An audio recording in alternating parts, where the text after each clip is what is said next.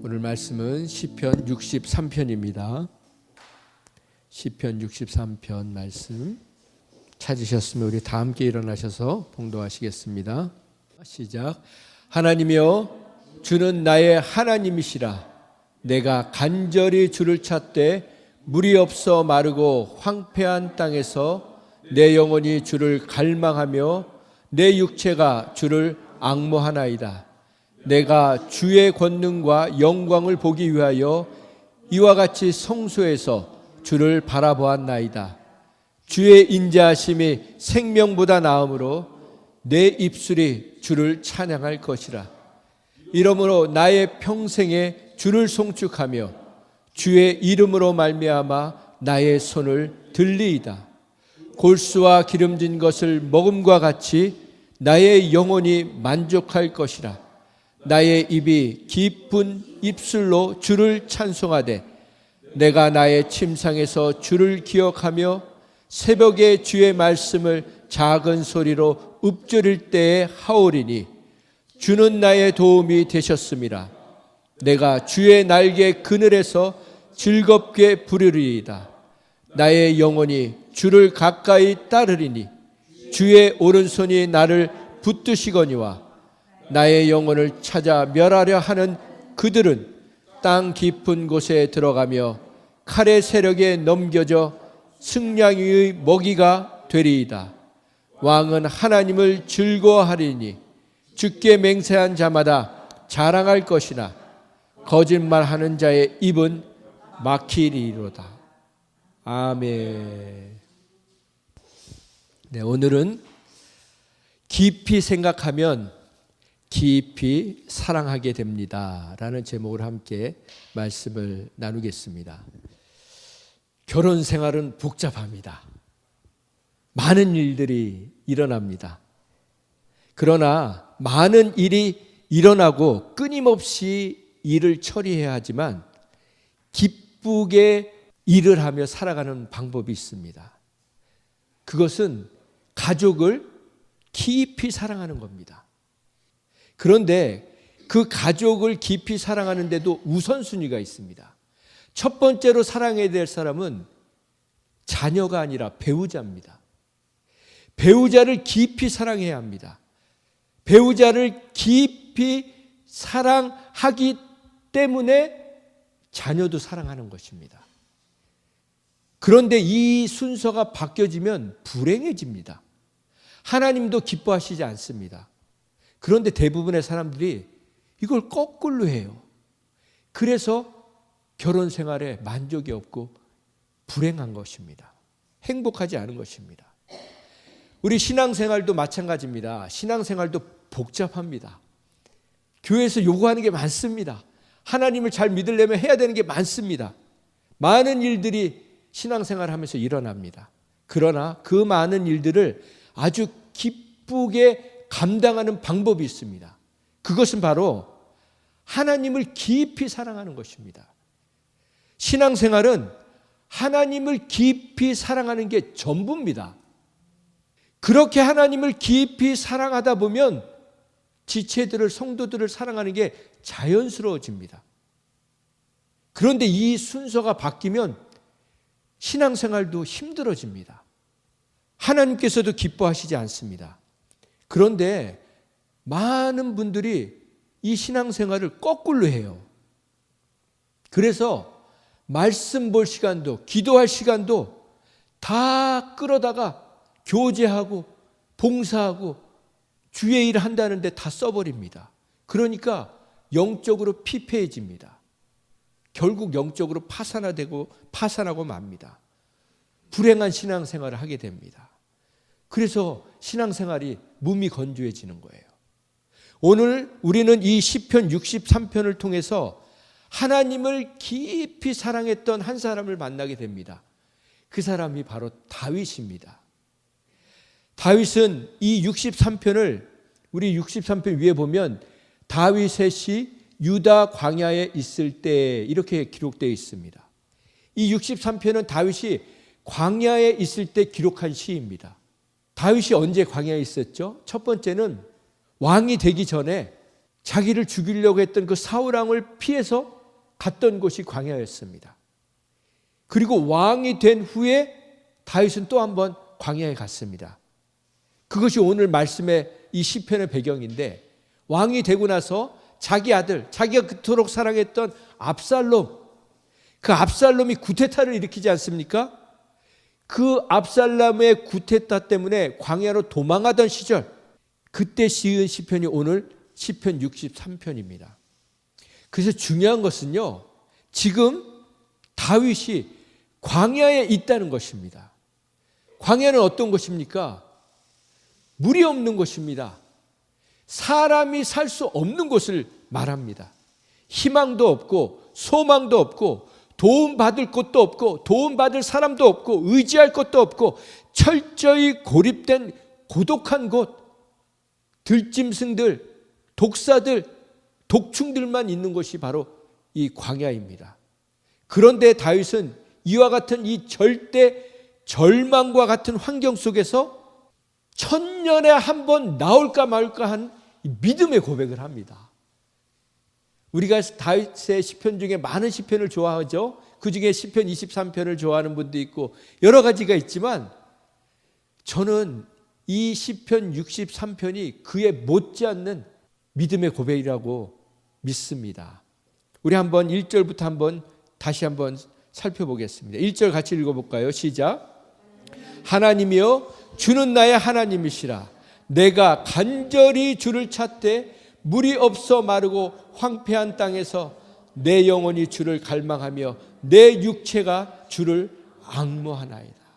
하나님이시여 주는 나의 하나님이십니다. 이것은요, 다윗이 하나님을 향한 확고한 확실한 신앙 고백을 하고 있는 거예요. 하나님은 나의 하나님이십니다. 이 말은 어떤 뜻이냐면, 하나님은 나만을 위한 하나님이란 뜻이 아니에요. 하나님은 나의 전부라는 표현인 것입니다. 하나님은 나의 소망이시고 나의 삶의 이유이시고 나의 삶의 목적이라는 뜻입니다. 더 풀어서 설명하면 내가 살아있는 이유가 하나님 때문이라는 거예요. 내가 살아가는 이유, 내가 일을 하고 돈을 벌고 공부하고 사랑하고 숨을 쉬고 밥을 먹고 운동을 하고 모든 것이 하나님 때문이라는 거예요. 하나님을 더 깊이 사랑하기 위해서라는 것이라는 것입니다. 이게 바로 주는 나의 하나님이십니다 라는 고백의 뜻인 거예요. 여러분은 왜 밥을 드십니까? 왜 운동을 하십니까? 왜 신앙생활을 하십니까?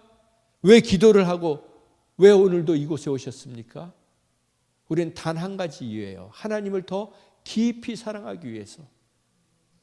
그래서 여기서는 간절히 찾는다 그렇게 고백하고 있어요. 이 영어로 보면 earnestly라고 돼 있어요. 이게 간절하다는 뜻인데, 그 말은 뭐냐면 그저 한두 번 마지못해서 그냥 일주일에 한 번 찾는 것처럼 그렇게 찾는 게 아니고, 광야에서 절박한 심정으로 간절한 심령으로 물을 찾듯이, 그늘을 찾듯이, 쉴 곳을 찾듯이 하나님을 찾는다는 것입니다. 그런데 이 earnestly라는 단어가 성실한이라는 뜻이 있어요. 성실한. 문제가 있을 때만 하나님을 찾는 게 아니고 한결같이 하나님을 찾는다는 거예요. 그렇게 다윗이 하나님을 찾았다는 것입니다. 그래서 우리 인간에게 있어서 하나님을 향한 갈망, 이것만한 축복이 없는 거예요.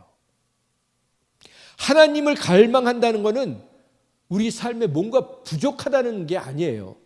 그 어떤 것으로도 채워지지 않는 자리가 우리 안에 있다는 것입니다. 모든 인간의 내면에 하나님의 자리가 있다는 거예요. 하나님은요, 우리의 짜투리 시간을 원하지 않으세요. 항상 우선순위에 하나님이 첫째가 되기를 원하십니다. 왜 그럴까요? 하나님은 우리의 전부를 원하세요. 여러분과 저의 전부를 원하신다고요. 왜 그렇습니까?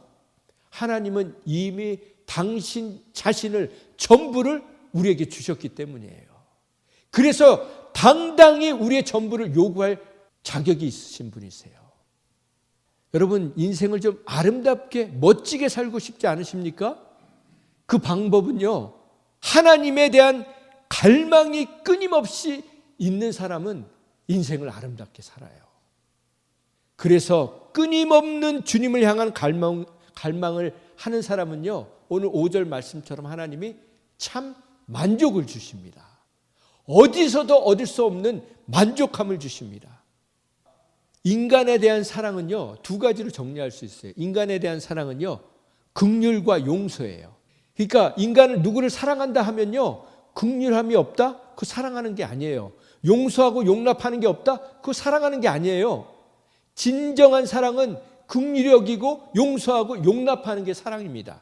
그러면 하나님을 향한 사랑은 무엇일까요? 그건 하나님에 대한 믿음이에요. 하나님을 신뢰하는 거예요. 그래서 우리가 하나님을 깊이 사랑한다는 것은 하나님을 깊이 신뢰한다는 거예요. 좋은 상황만이 아니라 어렵고 힘들고 이해할 수 없는 그 상황에서도 전폭적으로 하나님을 신뢰하는 거예요. 이게 하나님에 대한 사랑입니다. 그래서 우리가 하나님에 대한 사랑은요, 사망의 음침한 골짜기를 갈 때 더 빛이 나야 돼요. 이 하나님을 향한 신뢰가 더 빛이 나야 되는 겁니다. 어둠의 긴 터널을 지나갈 때 하나님을 향한 신뢰가 더 빛이 나야 합니다. 그래서 이 시편 63편은 바로 그런 시편이에요. 광야에서 이 믿음의 고백을 하지 않습니까? 우리에게 하나님은 때로 인생의 광야 같은 시간을 허락하십니다. 왜 그럴까요? 하나님을 가장 깊이 제대로 만날 수 있는 장소가 광야인 거예요. 저는 올 한 해가 정말 다사다난한 한 해라고 지금 몇 번 고백을 했습니다. 그 얘기는 뭐냐면요, 광야 같은 시간들을 보냈던 거예요. 광야를 걷는 것 같은, 광야에 서 있는 것 같은 시간들을 오래 보냈습니다. 그 말은 뭐냐면요, 그 어느 때보다도 사탄의 공격이 심했다는 거예요. 제 인생에서. 그 이유가 뭘까요? 사탄은요, 하나님을 더 깊이 사랑하려고 하는 사람을 공격하는 거예요. 제가 하나님하고 더 친밀해지고 싶은 마음이 막 일어나는 거예요. 그래서 더 공격이 심했습니다. 그런데 그 어느 때보다도 사탄의 공격이 심했음에도 불구하고 하나님의 은혜와 보호하심은요, 지켜주심은요, 어느 때보다 더 강력하고 분명하고 확실하게 역사해 주셨습니다. 그래서 제가 이 자리에 지금 있는 거 아니에요. 우리 2절을 같이 고백해 볼까요? 시작. 내가 주의 권능과 영광을 보기 위하여 이와 같이 성소에서 주를 바라보았나이다. 주님의 권능과 능력과 영광을 보기 위해서 우리는 어디로 가야 합니까? 성소로 가야 돼요. 성전으로 가야 돼요. 그 성소와 성전이 지금 어디라고 합니까? 광야라는 거예요. 광야. 광야는 주님의 권능과 영광을 보기 위한 최고의 장소라는 거예요. 그래서 우리가 하나님을 바라보는 곳, 간절한 마음으로 하나님을 바라보는 것은요, 어느 곳이나 성소고 성전인 것입니다. 거룩한 성소고 성전인 것이에요. 그래서 우리의 골방이 성전이 돼야 합니다. 우리의 그라지가, 제가 말씀 준비할 때는 항상 그라지로 가요. 거기가 제일 집중이 잘 돼요. 여러분의 성소는 어디입니까? 부엌이, 옷장이, 차 안이, 일터가, 싱크대에서 설거지를 하면서 거기가 하나님을 만나는 거룩한 장소가 되기를 예수님의 이름으로 축원드립니다. 하나님을 바라보는 곳, 이제는 하나님께서 특정한 장소가 아니라 성전은 어떤 곳입니까? 하나님을 만나는 자리잖아요. 하나님이 얼마나 욕심이 많으시면 이제는 우리를 성전 삼으신 거예요. 어디 가도 우리 만나고 싶으셔서. 이게 얼마나 복된 비밀이고 은혜입니까? 우리를 움직이는 성전 되게 하셔서 우리를 어느 곳에서나 만들려고 만나기 원하시는 그 하나님, 그 하나님의 마음이 깨달아지는 복된 시간 되기를 원합니다. 그래서 그 성소에서 권능과, 주님의 권능과 영광을 체험하고 싶다고 했잖아요. 주님의 권능과 영광은 무엇입니까? 하나님의 권능과 능력은요, 나를 바꾸시는 하나님을 경험하는 거예요.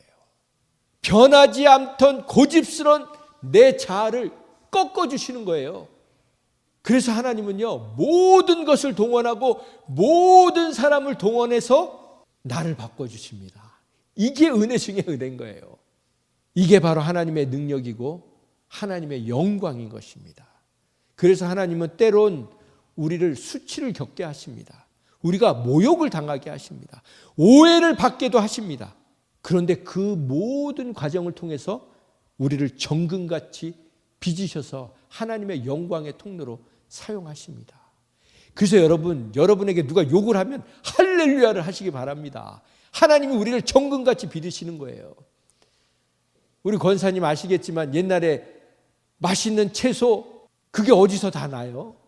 그 염을 통해서 갖다 부은 그 퇴비로 자라는 거 아니에요. 그렇습니다. 하나님이 우리를 빚으실 때 아름다운 열매를 맺으실 때 그런 퇴비와 같은 것을 부어서 우리에게 살 수 있는 열매들을 주시지 않습니까? 그래서 우리는요, 예배에 왜 와야 되냐면 감동받기 위해서 오는 게 아니에요. 예배는요, 내가 변화되기 위해서 오는 겁니다. 변화되려면 어떻게 해야 되죠? 죽어야 돼요. 이 시간이 우리의 생각을 철저히 우리 자신 스스로가 죽이는 시간이 되어야 되는 것입니다. 3절 말씀 같이 선포해 볼까요? 시작. 주의 인자하심이 생명보다 나음으로 내 입술이 주를 찬양할 것이라. 주님의 인자하심, 주님의 사랑이, 주님의 한결같은 사랑이 내 생명보다 더 귀하다는 거예요. 이거 좀 잘못된 표현 아닙니까? 아무리 하나님의 사랑이 중요해도 내 생명보다 귀하겠습니까? 내 목숨보다 귀하겠습니까? 그런데요, 우리 신앙은요, 내 목숨보다, 내 생명보다 더 귀한 것이 있다는 걸 깨닫는 거예요. 그게 바로 하나님의 인자하심입니다. 한결같은 사랑이에요. 이게 천년에 한 번 나올까 말까 한 고백이에요. 저는 이 말씀, 이 3절 말씀을요, 이해를 할 것 같다가도 못하겠다가, 깊이를 알 것 같다가도 모르겠어요. 머리로는 알 것 같은데 아직도 모르겠어요. 이 말씀은 너무나 귀한 말씀이기 때문에 우리가 뒤에 따로 한번 보겠습니다. 4절 말씀 시작. 이러므로 나의 평생에 주를 송축하며 주의 이름으로 말미암아 나의 손을 들리이다. 송축한다는 것은 하나님을 칭찬해 드리는 거예요.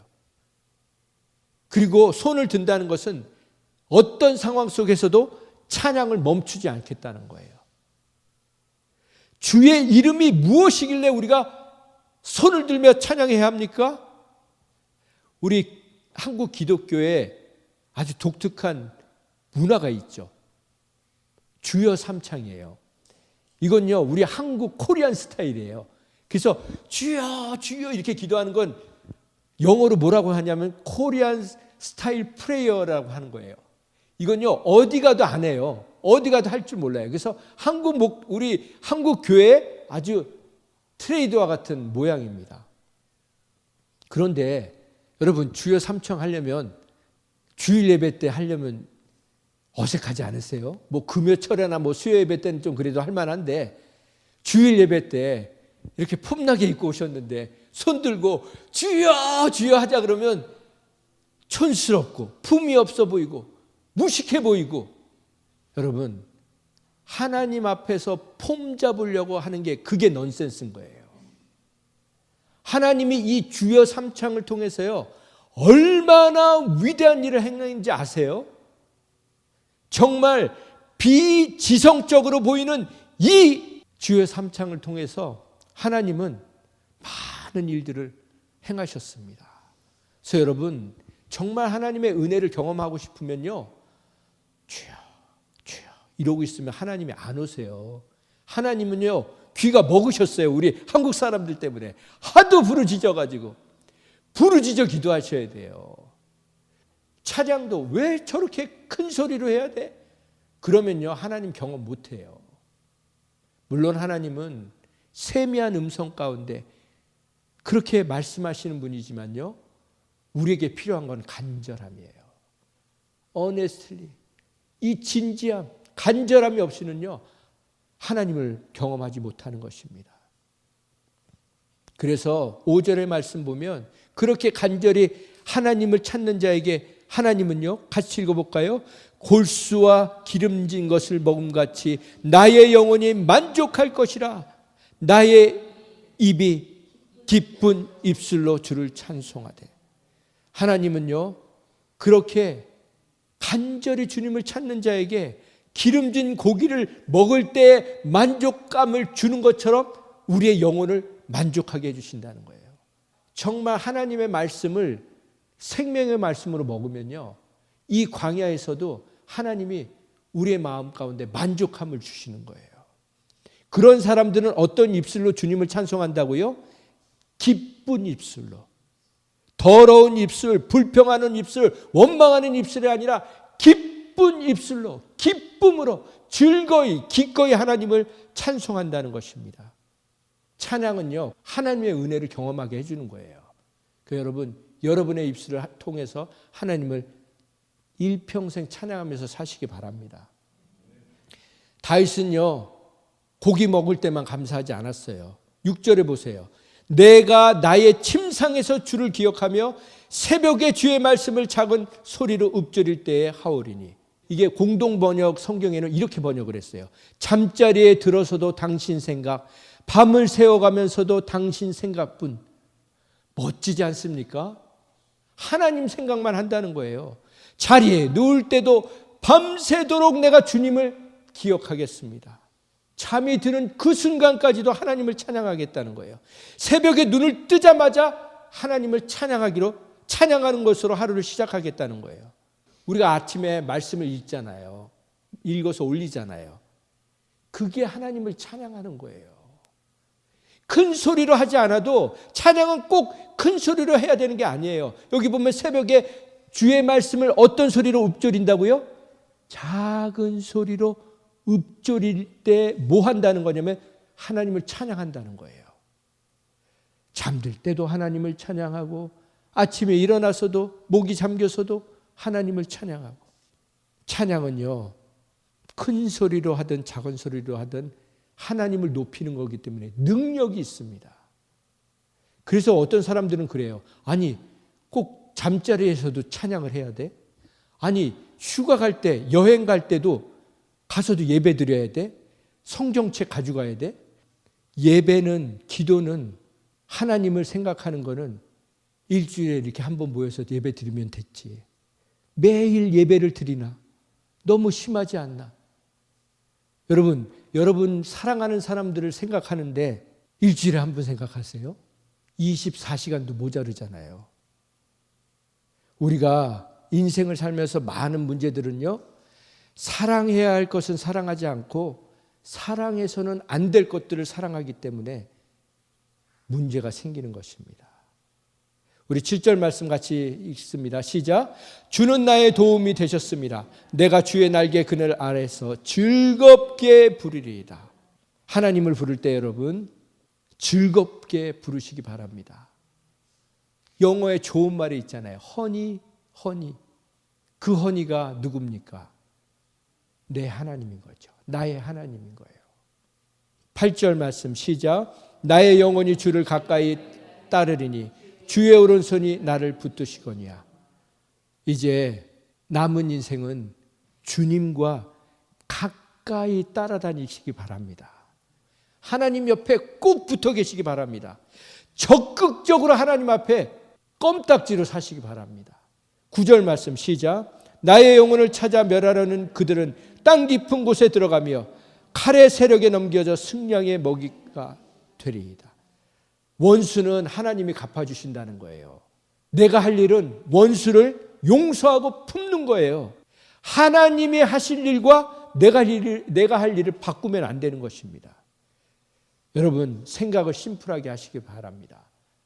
그래야 기쁨을 빼앗기지 않는 것입니다. 왜 우울한 줄 아세요? 내가 직접 원수를 못 갚아가지고 우울한 거예요. 그거 이제 포기하시기 바랍니다. 정말 기쁘게 사시려면 원수 갚으려고 하시면 안 되는 거예요. 11절 말씀 시작. 왕은 하나님을 즐거워하려니 주께 맹세한 자마다 자랑할 것이나 거짓말하는 자의 입은 막히리이다. 왕, 지금 다윗 자신을 얘기하는 거잖아요. 자기가 왕이라는 것을 자랑하는 게 아니고요. 다윗의 왕이라고 표현한 건 이런 뜻이에요. 하나님, 어떻게 저 같은 무지랭이가 왕이 됐습니까? 저 같은 양치기 목동에 불과했던 제가 왕이 됐습니까? 여러분, 양치기들 냄새가 얼마나 날까요? 양하고 24시간 있으면 얼마나 냄새가 날까요? 그랬던 다윗이 왕이 되지 않았습니까? 여기에 맹세했다고 하잖아요. 주께 맹세한 자마다 무슨 맹세를 한 겁니까? 죽음이 갈라놓을 때까지 하나님을 사랑하겠습니다. 영원히 끝까지 하나님을 사랑하겠습니다. 이 맹세를 한 거예요. 그런데 여기 거짓말하는 자들은 입이 막힌다고 했잖아요. 거짓말을 하면서 살면 자녀들에게 또 우리 지체들에게 할 말이 없는 부끄러운 말년이 된다는 것입니다. 그래서 제가 말씀 묵상하면서 이런 생각이 들었어요. 사랑이란 나는 마땅히 사랑받을 자격이 있다고 주장하는 게 아니고 나는 저 사람을 마땅히, 저 사람은 내 사랑을 받을 자격이 마땅히 있다고 생각하는 거예요. 얼마나 많은 사람들이 나는 사랑받을 자격이 있다고 외치고 막 주장합니까? 그래서 불행한 삶을 사는 거예요. 그러나 정말 하나님의 은혜를 받은 사람은요, 저 사람도 내 사랑을 받을 자격이 있지. 내 사랑이 부끄러운 사랑이지만 저 사람도 내 사랑을 받을 자격이 있는 사람이지. 이렇게 생각을 한다는 것입니다. 오늘 말씀의 배경은 광야라고 했습니다. 여러분과 제가 광야에 갔다면, 오늘 이렇게 좋은 곳이 아니라 광야에서 예배를 드린다면, 이스라엘 백성들이 끊임없이 광야에서 원망하고 불평하고 한숨을 쉬었던 것처럼 우리의 모습도 그렇지 않았겠습니까? 그런데 다윗은 어떻게 이 광야에서 이런 천년에 한 번 나올까 말까한 고백을 할 수 있었겠습니까? 하나님이 이런 다윗을 보면서 얼마나 기뻐하셨겠습니까? 베드로가 고백한 주는 살아계신 하나님의 아들이라는 그 고백보다 그 고백 못지않은 고백이 주의 인자가 생명보다 나음으로 내 입술이 주님을 찬양하겠다는 이 고백입니다. 어떻게 이런 고백을 할 수 있었을까? 저는 오늘 말씀의 제목을 깊이 생각하면 깊이 사랑하게 된다라고 정했습니다. 다윗은요, 한순간도 하나님을 가볍게 생각해 본 적이 없어요. 왕이 되었던 순간에도, 왕이 되었다가 쫓겨난 이 순간에도 하나님을 깊이 생각했습니다. 그래서 하나님을 사랑할 수 있었던 거예요. 그러면 깊이 생각한다는 건 뭘까요? 다윗이 무엇을 깊이 생각했을까요? 우리가 다윗이 이 광야로 쫓겨난 이유를 알아야 돼요. 다윗이 광야에 간 건요, 압살롬이 구테타를 일으켰기 때문이에요. 근데 그 압살롬이 구테타를 일으킨 이유는요, 다윗한테 있었어요. 다윗이 밧세바를 간음했기 때문입니다. 다윗이 그 충신 우리아를 죽였기 때문이에요. 그렇게 죽이고 간음하고 나서 나단 선지자를 보내서 하나님이 뭐라고 합니까? 네 집안에 싸움이 그치지 않을 거야. 너는 숨어서 그 짓을 했지만 네 자녀들은 백주에 네 첩들을 부끄럽게 할 거야. 이게요, 광야로 쫓겨간 게 다윗이 무슨 좋은 일을 하다가 하나님 뜻대로 간 게 아니고 죄의 대가를 치르고 있는 거예요. 근데 다윗이 이 죄의 대가를 치르면서 누구보다 자기가 광야에 와 있는 이유를 알고 있는데 그 광야의 그 상황 속에서 하나님의 인자하심을 발견한 거예요. 이 인자하심이 헤세드, 어떤 상황에도 변하지 않는 언약적인 사랑, 끝까지 포기하지 않는 사랑, 끝까지 사랑하는 사랑, 끊이지 않는 사랑, 끊을 수 없는 사랑, 변하지 않는 사랑, 끝까지 책임지고 품어주고 함께하는 이 헤세드의 사랑, 인자의 사랑을 그 광야에서도 깊이 생각한 거예요. 경험한 거예요. 누리고 있는 거예요. 여러분, 그래서 여러분은 한 해 동안 무슨 생각을 하면서 사셨습니까? 무슨 생각에 사로잡혀서 사셨습니까? 깊은 사랑은요, 깊은 생각 속에서 오는 거예요. 그 깊은 생각은요, 내 자랑, 내 잘난 것, 내 교만이 아니라, 내가 성취한 게 아니라 이 다윗처럼 마땅히 내가 죽어야 될 사람인데, 다윗이 나단 선지자가 와가지고 그 양 비유를 하니까 그놈은 마땅히 죽을 놈이야, 그 얘기를 했잖아요. 그게 누구라고 합니까? 나단 선지자가 바로 그 사람이 당신입니다. 오늘 우리는 하나님을 깊이 생각하면 할수록 내가 어떻게 용서를 받았지? 내가 어떻게 구원을 받았지? 내가 어떻게 하나님의 자녀가 되었지? 이 감격이요, 사무쳐야 되는 거예요. 우리의 남은 인생이, 우리가 지금 여러분, 우리가 힘듭니까? 여러분이 힘드십니까? 그건요, 하나님의 영광을 위해서 겪는 고난일 수도 있지만 대부분은 내가 뿌린 죄의 열매들인 거예요. 생각의 열매들인 거예요. 그걸 우린 인정할 수 있어야 합니다. 그럼에도 불구하고 하나님의 인자하심은 변함이 없다는 거예요. 여러분의 죄와 우리의 죄 때문에 하나님이 주신 구원, 은혜가 조금도 희석되거나 줄어들지 않았다는 거예요. 죄가 더한 곳에 은혜를 더 부어주시는 하나님이시라는 겁니다. 그래서 다윗은 내가 살아가는 이유, 그 이유는 하나님이라고 고백한 것입니다. 광야는 주님이 보내신 것이 아니라 내 잘못 때문에 내 인생 가운데 광야 같은 곤고한 시간들이 있음을 인정하게 하여 주시옵소서. 마땅히 죽어야 될, 마땅히 대가를 치러야 될 그 광야에서도 하나님의 인자는, 하나님의 사랑은, 하나님의 긍휼은 나의 모든 죄를 덮고도 남음을 다윗이 고백한 것처럼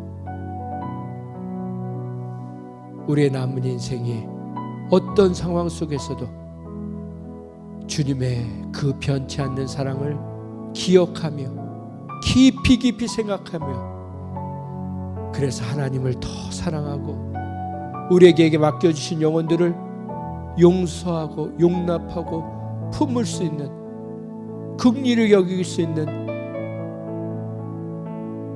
그런 복된 삶을 살게 해달라고 우리 자신과 우리 옆에 있는 지체들을 축복하며 주님 앞에 기도하기 원합니다. 기도하겠습니다. 하나님, 그렇습니다. 우리의 남은 인생이 주님의 인도하심을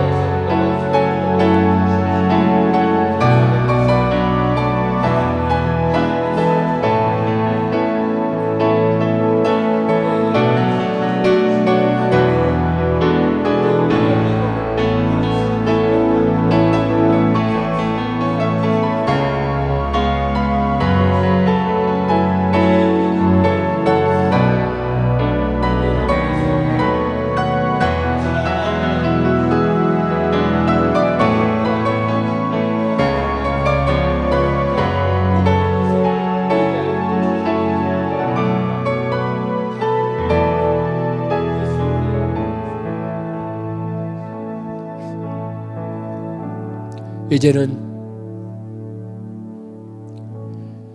아버지의 사랑 깨닫게 해주시기 위해 때론 우리를 광야로 몰아내시는 그 하나님의 아버지의 깊은 사랑과 그 사랑 깨닫게 해주시려고 십자가에서 온몸을 찢기시면서까지 사랑해 주신 예수님의 그 깊으신 사랑과 그 사랑 깨닫게 해주시려고 오늘도 우리의 발걸음을 이곳에 인도해 주신 성령님의 깊은 사랑이 우리의 남은 인생을 그 하나님께 받은 깊은 사랑을 깊이 생각하며 그 사랑의 통로와 그 사랑의 도구로 살아가기로 결단한 심령 위에 지금부터 영원토록 함께 해주시기를 거룩하신 예수님의 이름으로 축원드립니다.